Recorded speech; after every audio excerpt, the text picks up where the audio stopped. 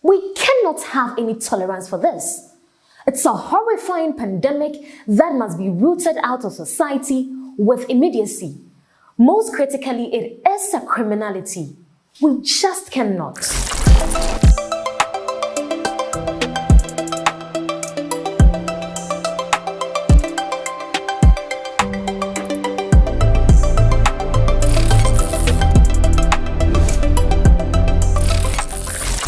And welcome to REFLO'S TV. It's your girl, REFLO'S Church Girl, and we're here once again for another episode. But do not forget that this video is powered by REFLO'S TV and REFLO'S Sanitary pads. Your well-being is the #1 priority because you deserve the best. And never forget that there is dignity in doing it right.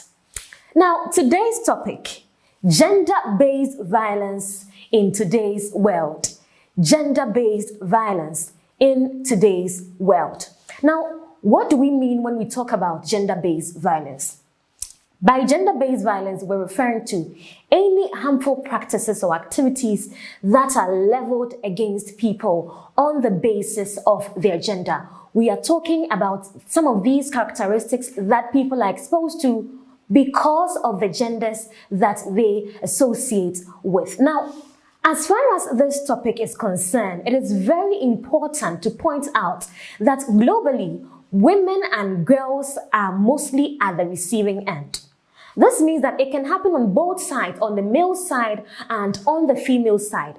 But according to statistics proven by the United Nations, women and girls are mostly seen at the receiving end. And they say that in 3 women, 1 out of them suffers as a result of gender-based violence. They lose their lives as a result of gender-based violence. And let me say that this is very critical. It is a fundamental human right, a violation of a fundamental human right, and it must be talked about all the time. It must be rooted out of society. Let me say that one of the contexts in which this is very common is intimate relationships. So you have marital relationships, you have people who are dating, courting. These are some of the contexts in which gender-based violence finds itself occurring most of the time. One would ask, how does this happen?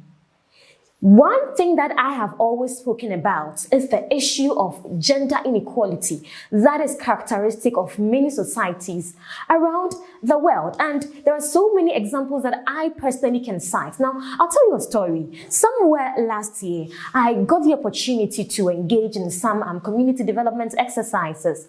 In a particular community, I got to engage with some of the men. We were addressing this very topic, and interesting comments came up. What did I get? Most of these people think that it is okay for them to expose other people to such harmful practices. Now, some of the men would tell you that, well, especially in marital context, I am the man, I'm the head of the family. I have the authority to discipline my wife.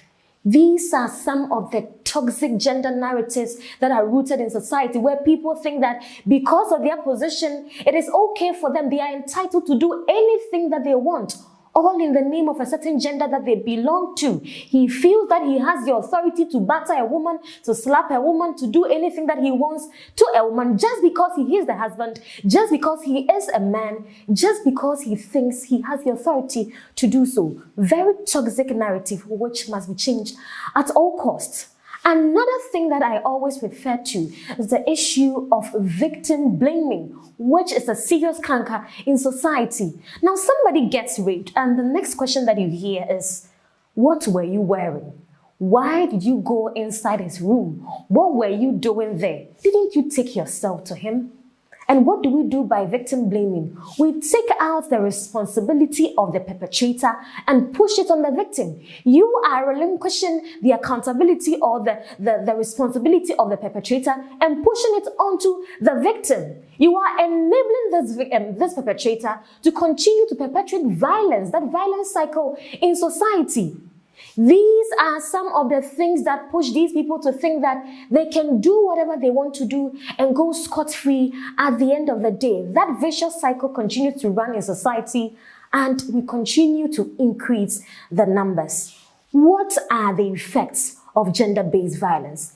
People are dying. People are losing their lives. Families are being broken. There are broken homes. People are losing their parents, their husbands, their spouses as a result of gender-based violence. Physical and emotional effects. People are losing sense of themselves.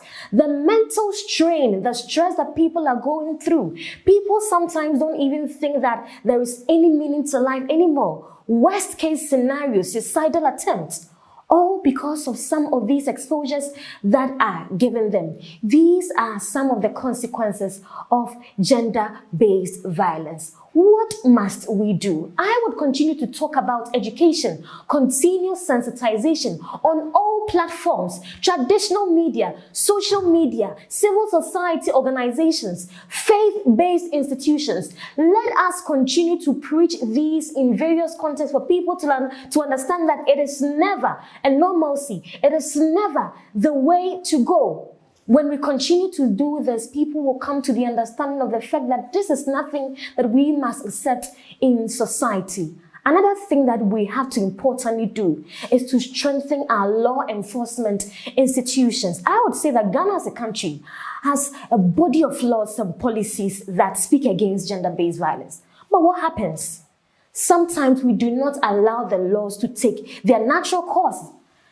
Influential people in society come in to interfere when people are supposed to be dealt with. Sometimes these are traditional authorities, sometimes these are people in government. And when people are supposed to face the full rigors of the law, they go to hide behind certain influential people.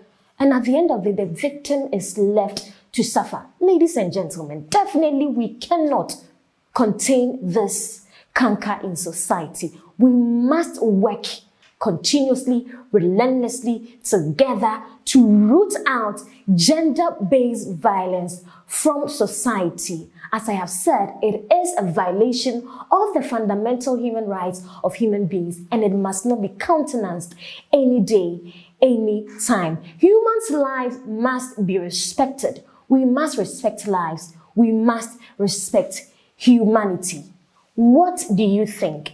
Have you been a victim of gender-based violence? Do you know any context in which this is happening? What do you think you can do to help? Is there something that you can report to the next institution to do something about? I want to see these in our comment section, but you would want to like this video, continue sending us your comments, and keep feeding on content on REFLO'S TV. We bring you nothing but the best, and this video is powered by REFLO'S TV and REFLO'S Sanitary patch. Your well-being is our #1 priority because you deserve the best. And never forget that there is dignity in doing it right. So we'll come to you same time next week in another exciting episode.